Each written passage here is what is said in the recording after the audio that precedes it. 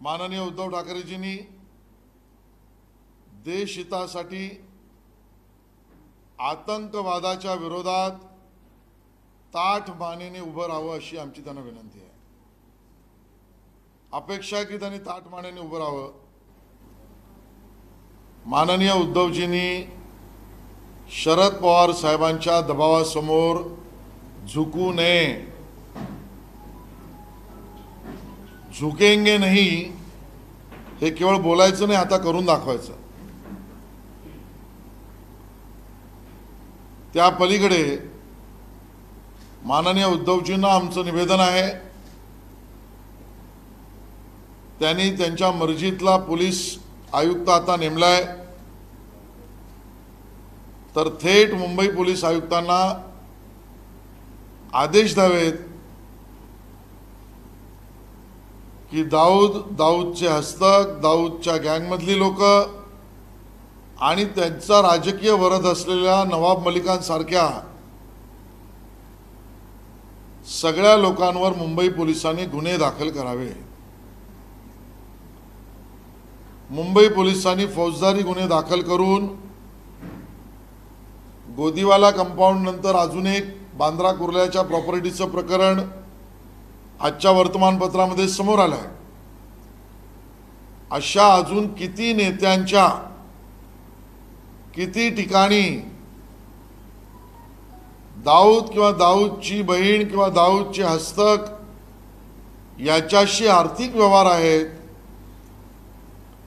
या प्रकरणात गुन्हे दाखल करून चौकशी करावी ही पण आमची मागणी आहे। आणि केंद्रीय तपास यंत्रणांना संपूर्णतः या आतंकवादाच्या विरोधातल्या लढाईमध्ये समर्थन द्यावं। देव देश आणि धर्मासाठी हे बोलायचं नाही, उद्धवजी आता करण्याची वेळ आली आहे। बोलणं महाराष्ट्राने खूप ऐकलं, आता देव देश आणि धर्मासाठी दाऊद आणि त्याच्या हस्तकांच्या विरोधात उद्धवजी तुम्ही फौजदारी गुन्हे दाखल करण्याचे आदेश द्या। शरद पवार साहेबांच्या समोर झुकू नका, नवाब मलिक यांना बडतर्फ करा, हकलपट्टी करा, ही आमची मागणी आहे। या तीन पक्षांमध्ये अपेक्षा आमची केवळ उद्धवजींकडेच आहे, अन्य दोन पक्ष तर वाया गेलेले आहेत। आणि त्यामुळे उद्धवजी अशी भूमिका घेतील असा आमचा समज आहे आणि विश्वास पण आहे।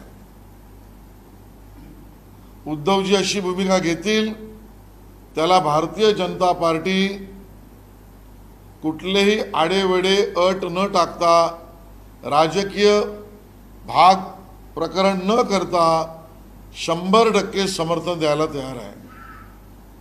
आणि या अधिवेशनामध्ये अशाशी संबंधित निवेदन सुद्धा त्यांनी करावं।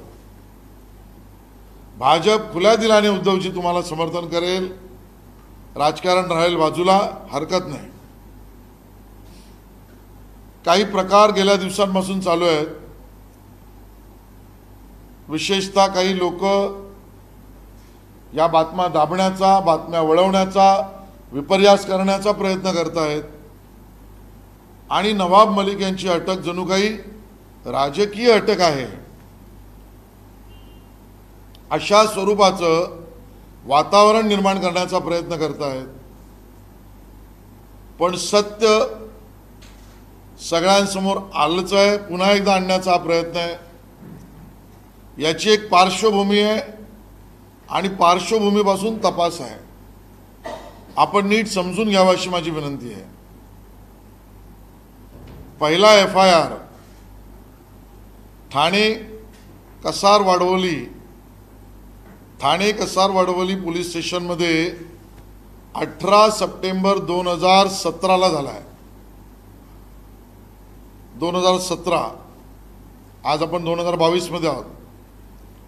कोणाच्या विरोधात झाला? इक्बाल कासकर आणि मुमताज शेख। इक्बाल कासकर दाऊदचा भाऊ। आणि गुन्हा कशासाठी नोंद झाली? कोणाच्या तरी फ्लॅटचा मालमत्तेचा ताबा आणि खंडणी हा FIR झाला, त्याच्यानंतर लगेच अशा मालमत्ता आणि अंडरवर्ल्ड यासाठी 26 सप्टेंबर 2017 लगेच ईडीने ECIR नोंद केली. तपास 2017 पासून चालू आहे. ही राजकीय अटक असा शिमगा गेला तरी लपू शकणार नाही. मग दुसरं प्रकरण आलं इक्बाल मिर्चीच्या मालमत्तांचं, जो पुन्हा दाऊदचा हस्तक आहे. आणि इक्बाल मिर्चीचं प्रकरण आणि FIR 2019 मध्ये आला. पहिलं 2017, मग 2019, आणि त्यामध्ये सुद्धा ईडीने ECIR केलाय 2019 मध्येच. सगळ्या दाऊदच्या मालमत्तांच्या इन्व्हेस्टिगेशनचं दुसरं प्रकरण. आणि मग तिसरं हे NIA ने FIR रजिस्टर केला 3 फेब्रुवारी 2022ला. बरं, हेही समजून घ्या NIAचा FIR कोणाच्या विरोधात आहे. तर NIAचा FIR दाऊद, छोटा शकील, जावेद चिकना, टायगर मेमन, बॉम्ब ब्लास्ट मधले आरोपी हे सगळे आहेत. त्यामुळे दाऊद, छोटा शकील, जावेद चिकना आणि टायगर मेमन आणि इतर लगेच ईडीने ECIR 2022ला तिसरा सुरू केला. आपण हे समजून घ्या, आताचा जो EDIची चौकशी चालू आहे ही संयुक्त चौकशी आहे तिन्ही प्रकरणातली. आणि त्यामुळे संयुक्त चौकशी याची व्याप्ती बघता खरं तर उखाड दिया लिहिणाऱ्यांना एवढी तरी बुद्धी असेल अशी अपेक्षा आहे आमची की दाऊदला उखाड दिया करण्याचा प्रयत्न हा 2017 पासून केंद्रातलं भारतीय जनता पार्टी करत आहे. आणि त्यामुळे उखाड दिया बोलणं सोपं आहे, कारण ते केवळ शब्दशूर आणि निर्णयशूर भारतीय जनता पक्षाचं सरकार आहे. निर्णयशूर आणि शब्दशूर यात फरक आहे. बोरू बहादरांना आम्ही त्याचं ट्रेनिंग द्यायला तयार आहोत. आणि म्हणून या सगळ्या प्रकरणामध्ये संयुक्त चौकशी कुठल्या आरोपांची चालू आहे. Terror funding, money laundering, terrorist and criminal syndicate, unauthorized possession and acquisition of key assets आणि कोलॅबरेशन म्हणजे सहभागिता कोणाबरोबर, तर लष्कर-ए-तोयबा, जैश-ए-मोहम्मद आणि अल-कायदा, आंतरराष्ट्रीय टोळ्या असलेल्या जैश-ए-मोहम्मद, अल-कायदा आणि लष्कर-ए-तोयबा याच्याशी कसा संबंध आहे. टेररिस्ट फंडिंगचा, मनी लॉन्ड्रिंगचा, ॲक्विजिशन ऑफ की असेट्सचा, या पद्धतीच्या चौकशीच्या प्रकरणाला राज्य सरकार थांबवू का पाहते. त्यांची मागणी काय आहे. राज्य सरकार या संयुक्त चौकशीच्या विरोधात का आहे. आणि म्हणून माननीय उद्धवजींना या उद्धवजींची भूमिका या प्रकरणात बोट चेपी का आहे आमचा सवाल आहे. न सांगता, न मागता, न मागणी करता हे मर्दांचं सरकार आहे असं म्हणणारे आता बोटचेपी भूमिका का घेतायत. असं उद्धवजी करू नका ही आमची तुम्हाला नम्र विनंती आहे. या राज्य सरकारमध्ये महाराष्ट्र विकास आघाडीमध्ये प्राथमिकता कुठल्या विषयाला आणि न्यायिक भूमिका कोणती हे कळतच नाही. प्राथमिकता कुठल्या विषयाला आणि न्यायिक भूमिका कुठली याचं तारतम्य नाही. आता बघा, संजय राठोड यांच्यावर आरोप झाला, त्यांचा राजीनामा थेट. नवाब मलिक यांच्यावर अतिभयंकर आरोप झाला, राजीनामा नाही, त्याचं समर्थन. मग संजय राठोड आणि नवाब मलिक यामध्ये न्यायिक भूमिका कुठली? बरं, राज्य सरकारची प्राथमिकता काय कळत नाही. इथे कालपर्यंत आमचे राजे छत्रपती संभाजी महाराज हे उपोषणाला बसले होते, त्यांच्याकडे लक्ष द्यायला उशीर. पण नवाब मलिक यांच्या रुदालीमध्ये सामील व्हायला सगळं मंत्रिमंडळ महात्मा गांधींच्या पुतळ्याजवळ लगेच. मग संभाजी महाराजांच्या उपोषणाला उशीर आणि नवाब मलिक यांच्या रुदालीमध्ये थेट तातडीने. प्राथमिकता कशाला आहे? संभाजी महाराज आमचे जे आहेत त्यांची प्रकृती ढासळली, तिथे दुर्लक्ष. पण नवाब मलिक यांच्या पोटात दुखू लागल्यावर सगळा बडेजावपणा आणि सगळी फौज. प्राथमिकता कुठल्या गोष्टीला आहे? संजय राठोड, नवाब मलिक, छत्रपती संभाजी महाराज का नवाब मलिक? आणि म्हणून आमचा थेट सवाल आहे, या राज्यामध्ये आडनावावर न्यायिक भूमिका ठरतात का?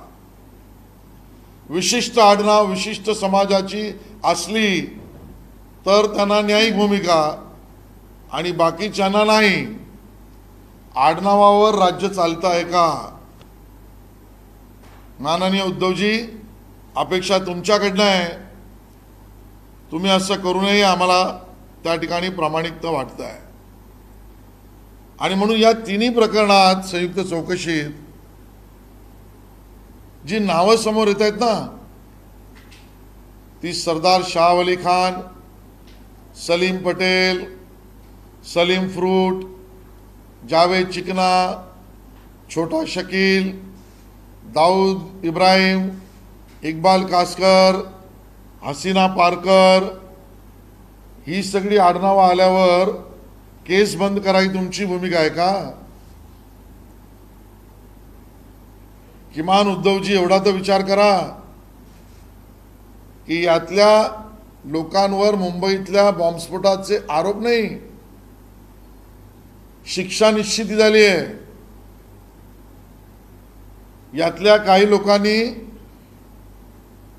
1888 पासून असलेल्या मुंबई महापालिकेची रेकी केली आहे, महापालिका उडवण्यासाठी. यातल्या काही लोकांनी मुंबई स्टॉक एक्सचेंजची रेकी केली, मुंबईतली आर्थिक व्यवस्था उडवण्यासाठी. मग हे ज्यांच्यावर आरोप आहेत निश्चित झाले आहेत, त्यांच्याबरोबर बसणाऱ्या, त्यांच्याबरोबर आर्थिक व्यवहार करणाऱ्या आरोपी मंत्र्याची तुम्ही पाठराखण करू नका. आणि जर उद्धवजी आणि सरकारने भूमिका बदलली नाही, हकालपट्टी नवाब मलिक यांची केली नाही, भारतीय जनता पार्टी आंदोलन अजून तीव्र करेल. आमचा संघर्ष मुंबईला असुरक्षित करणाऱ्यांच्या विरोधात आणि दाऊदच्या दलालांच्या विरोधात अजून व्यापक करू आणि मुंबईकरांना न्याय देऊ, राज्यातील जनतेला न्याय देऊ. दुसरा एक विषय या ठिकाणी मी मांडतोय आणि त्यातून माननीय पर्यावरण राज्याचे व पर्यटन मंत्री श्रीमान आदित्यजी ठाकरे यांनी राज्याची भूमिका सार्वजनिकरित्या स्पष्ट करावी अशी मागणी करतो आहे. काही दिवसांपूर्वी लवासाच्या प्रकरणामध्ये मुंबई उच्च न्यायालयाने आपला निकाल दिला, निष्कर्ष स्पष्ट केले आणि निरीक्षणं पण नोंदवली आहेत. त्या लवासाच्या प्रकरणातला निकाल, निष्कर्ष आणि निरीक्षण राज्य सरकारमध्ये बसलेल्या पर्यावरण आणि पर्यटन मंत्र्यांनी वाचले असतील अशी माझी अपेक्षा आहे. कोर्ट म्हणतंय ही राजकीय मनमानी आहे, प्रशासकीय हलगर्जीपणा आहे, सत्तेचा दुरुपयोग आहे, पवार कुटुंबियांचा सक्रिय सहभाग आहे. केवळ एवढंच नाही तर मुंबई उच्च न्यायालय असं म्हणतंय की राष्ट्रीय संपत्तीची लूट सुद्धा आहे. या राष्ट्रीय संपत्तीच्या लुटीत पारदर्शकतेचा अभाव आहे, व्यक्तिगत स्वारस्य आहे आणि कर्तव्य निभावताना निष्काळजीपणा आहे. हे सगळे शब्द थोड्याफार प्रमाणात इकडे तिकडे पण मुंबई उच्च न्यायालयाचेच आहेत. संकल्पना शरद पवार साहेबांची, व्यक्तिगत स्वारस्य सुप्रियाताई सुळेंचं आणि परवानग्यामधल्या मंजुरीतला निष्काळजीपणा अजितदादा पवारांचा आणि शेतकऱ्यांच्या जमिनीची विल्हेवाट अजूनही लागलेली आहे. त्याचं काय झालं कळायला मार्ग नाही. आणि त्यामुळे या एवढा मोठ्या प्रकरणाचा विषय राज्य सरकारच्या कल्पनेत गावात तरी आहे का? आणि म्हणून या विषयावर संबंधित असलेले मंत्री आदित्यजी ठाकरे यांनी भूमिका स्पष्ट करावी अशी आमची मागणी आहे. धन्यवाद. सर, ज्या पद्धतीनं महाराष्ट्रात कारवाया होतात त्याबद्दल संजय राऊत यांनी पंतप्रधान कार्यालयाकडे काही पुरावे सुपूर्द केलेले आहेत आणि जाणीवपूर्वक शिवसेना किंवा भाजप इतर लोकांवरच कारवाई होते अशा पद्धतीचा आरोप केलाय आणि केंद्राकडून मागणी केली आहे की भाजपच्या लोकांवरही कारवाई करावी. संजय राऊत यांचं तसंच झालंय जे महेश मांजरेकर यांच्या वरण भात लोणच्या कोण नाही कोणच्याचं झालंय. आणि त्यामुळे पत्र, ट्विट आणि ट्रेलर मोठा, मात्र सिनेमा फेल.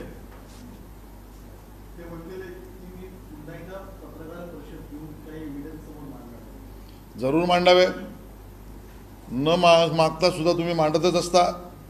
आता काय असेल तर मांडा.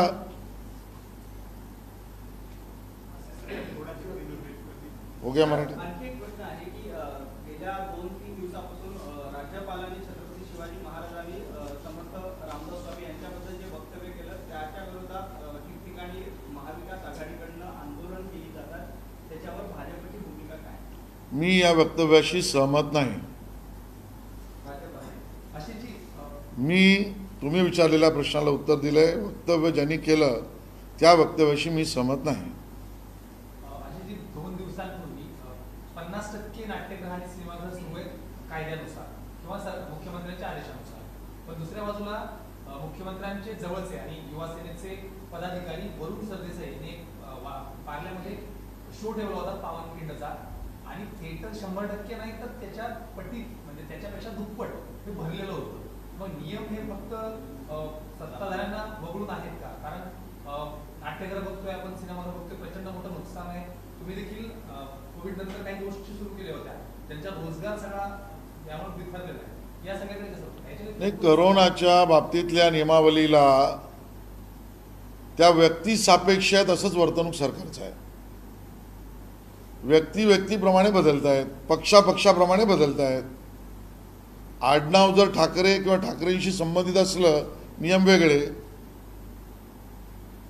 आणि काय सूडबुद्धी म्हणा, एकतर्फी म्हणा, अन्यायिक म्हणा, किरीट सोमय्या 4 लोकांना घेऊन छगन भुजबळ यांची भ्रष्टाचारातली प्रॉपर्टी लोकेशन करायला गेले तर त्यांना सांताक्रूज पोलीस स्टेशनची नोटीस आणि गुन्हा. आणि स्वतः युवा सेनेचे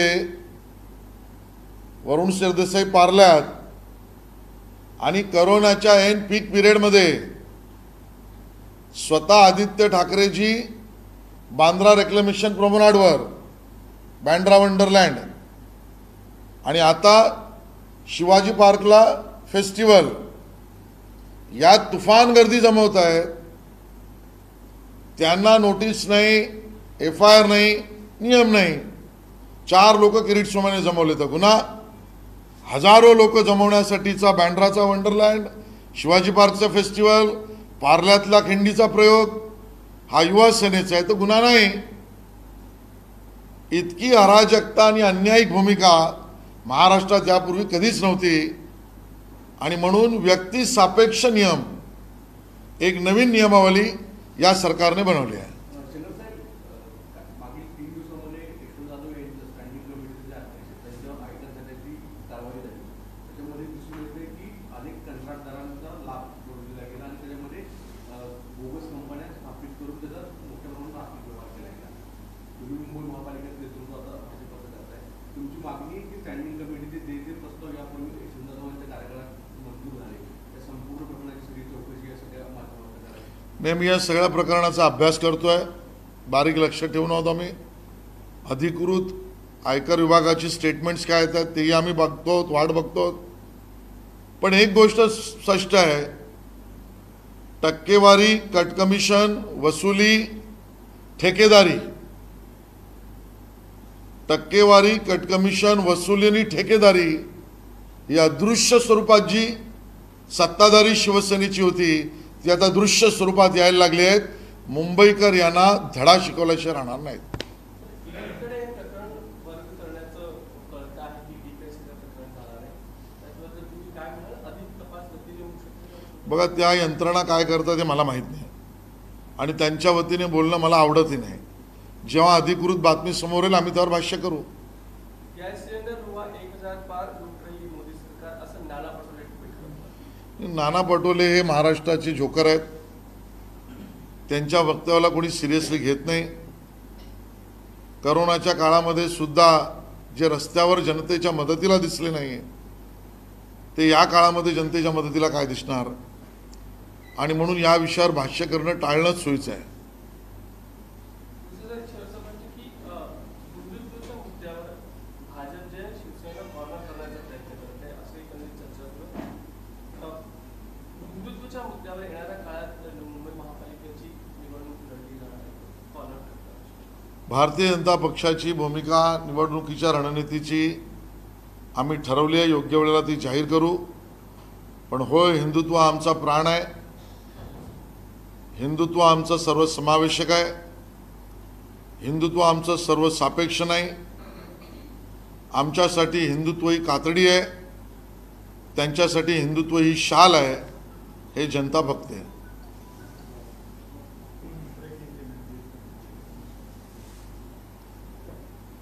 गए कुछ दिनों से महाराष्ट्र में नवाब मलिक जी के अरेस्ट के बाद जो घटनाएं घट रही है उसके बारे में हम मांग कर रहे हैं महाराष्ट्र के माननीय मुख्यमंत्री उद्धव ठाकरे जी से कि वो नवाब मलिक जी का राजीनामा स्वयं ले, उनको निकाले मंत्रिमंडल से, उनको बरतरफ करें. माननीय उद्धव जी से हमारी अपेक्षा है कि देश हित के लिए और आतंकवाद के खिलाफ की लड़ाई के लिए, देश हित के लिए और आतंकवाद के खिलाफ की लड़ाई के लिए शरद पवार साहब के सामने वो झुके नहीं, झुकेंगे नहीं, ये नारा देकर नहीं चलेगा. अब उस तरीके से चलना पड़ेगा. हमारी ये भी मांग है कि माननीय उद्धव जी मुंबई पुलिस को आदेश दे, जिस प्रकार से दाऊद के गुंडे, दाऊद के हस्तक और दाऊद के राजकीय हस्तक नवाब मलिक जैसे लोगों पर मुंबई पुलिस FIR रजिस्टर करे. क्योंकि और कितनी ऐसी प्रॉपर्टीज और कितने ऐसे मंत्री या राजनेता है जिनका लेन देन, आर्थिक व्यवहार दाऊद के गुंडों के साथ या डी गैंग के साथ है, उसका इन्वेस्टिगेशन होना जरूरी है. और इसके लिए समय आ चुका है उद्धव जी के लिए. देव, देश और धर्म के लिए ये बोलकर नहीं चलेगा अब उसके लिए जीना पड़ेगा। ये हमारी मांग है। कुछ लोग बार बार प्रयास कर रहे हैं कि इस नवाब मलिक जी के अरेस्ट को दबाना, उससे भटकाना और उससे लोगों को भ्रमित करना, लेकिन सच बात क्या है आपके सामने लाना जरूरी है। इसके लिए हम बता रहे हैं ये राजनीतिक अरेस्ट बिल्कुल नहीं, इसकी एक बैकग्राउंड भी है और उसका एक बैक इतिहास भी है। थाना के कासारवड़ौली पुलिस स्टेशन में 18 सितंबर 2017 में पहला एफआईआर हुआ। वो इकबाल कास्कर और मुमताज शेख, इकबाल कास्कर जो दाऊद का भाई है, उनके ऊपर एफआईआर हुआ और आरोप भी जो थे वो किसी की मालमत्ता फ्लैट लेना और उसके एक्सटॉर्शन मांगना, इससे संबंधित था। इमीडिएटली 22 सितंबर 2017 में ईडी ने ईसीआर रजिस्टर करके इन्वेस्टिगेशन शुरू की। आज हम 2022 में 2017 से दाऊद की प्रॉपर्टीज को खदेड़ना, ये काम शुरू हुआ है, ईडी का शुरू हुआ है। बाद में दूसरी घटना इकबाल मिर्ची का प्रकरण सामने आया, उसके प्रॉपर्टी को लेकर 2019 में, और 2019 में ही ईडी ने इमीडिएटली ईसीआर रजिस्टर करके इन्वेस्टिगेशन शुरू किया कि दाऊद के ऐसे कितने प्रॉपर्टी में और भी सहभागिता है। और अब तीसरा प्रकरण, ये एनआईए ने 3 फरवरी 2022 को एफआईआर रजिस्टर किया। किसके खिलाफ? दाऊद इब्राहिम, जावेद चिकना, छोटा शकील, टाइगर मेमन, इनके खिलाफ एफआईआर किया। इमीडिएटली ईडी ने 2022 में ईसीआर खोला और इन्वेस्टिगेशन शुरू की। वो ये तीनों प्रकरण के लिए है, it is a common investigation. और तीनों प्रकरण का जो कॉमन इन्वेस्टिगेशन दाऊद के गैंग के खिलाफ चल रहा है, इकबाल कास्कर, इकबाल मिर्ची से लेकर टाइगर मेमन तक, तो इसको रोकना चाहिए। ये राज्य सरकार महाराष्ट्र की क्यों मांग कर रही है, क्यों इनको बचाने का प्रयास कर रही है? शिवसेना के उद्धव ठाकरे जी मुख्यमंत्री पद पर बैठे हैं, तो ये दबाव में क्यों आ रहे हैं? हमें समझ में नहीं आ रहा है। महाराष्ट्र में प्रायोरिटी और न्यायिक भूमिका क्या है, ये समझ में ही नहीं आ रहा है। इस प्रकार की गतिविधियां चल रही है। इसी महाराष्ट्र सरकार के संजय राठौड़, इनके ऊपर आरोप हुए, उनको रिजाइन करना पड़ा, उनका रेजिग्नेशन लिया। अब महाभयंकर आरोप नवाब मलिक पर हुए, एफआईआर हुई, इन्वेस्टिगेशन चल रही है, उनको रेजिग्नेशन देने की जरूरत नहीं। ये कौन सा न्याय है? ये समन्याय है क्या? कल तक हमारे राजा छत्रपति संभाजी महाराज उपोषण पर बैठे थे, सरकार महाराष्ट्र की उनके ऊपर देखने के लिए तैयार नहीं थी, और वही महाराष्ट्र की सरकार नवाब मलिक के रोने में अपना आवाज मिला रही थी, उधर तत्परता थी। प्रायोरिटी किस बात को है? छत्रपति संभाजी महाराज जी की शारीरिक अवस्था खस्ता हो रही थी, लेकिन medical aid immediately Nawab Malik को दिया जा रहा था। संजय राठौड़ या नवाब मलिक, छत्रपति हमारे, उनकी चिंता करना या नवाब मलिक की चिंता करना? क्या महाराष्ट्र में सरनेम के आधार पर न्याय मिलता है क्या? विशिष्ट सरनेम होगा तो ही न्याय।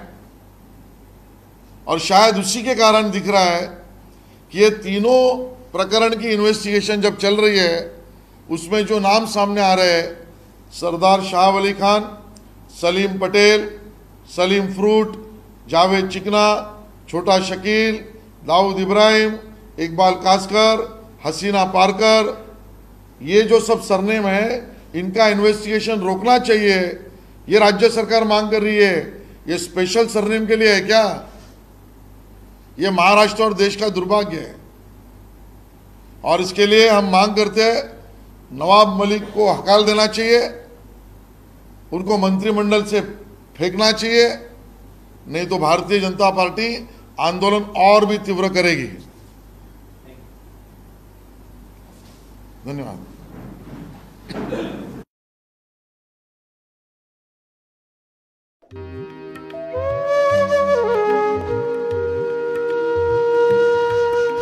बारा ज्योतिर्लिंगाचे नावरूप मंत्र दररोज जपल्याने पापांचा विनाश होतो।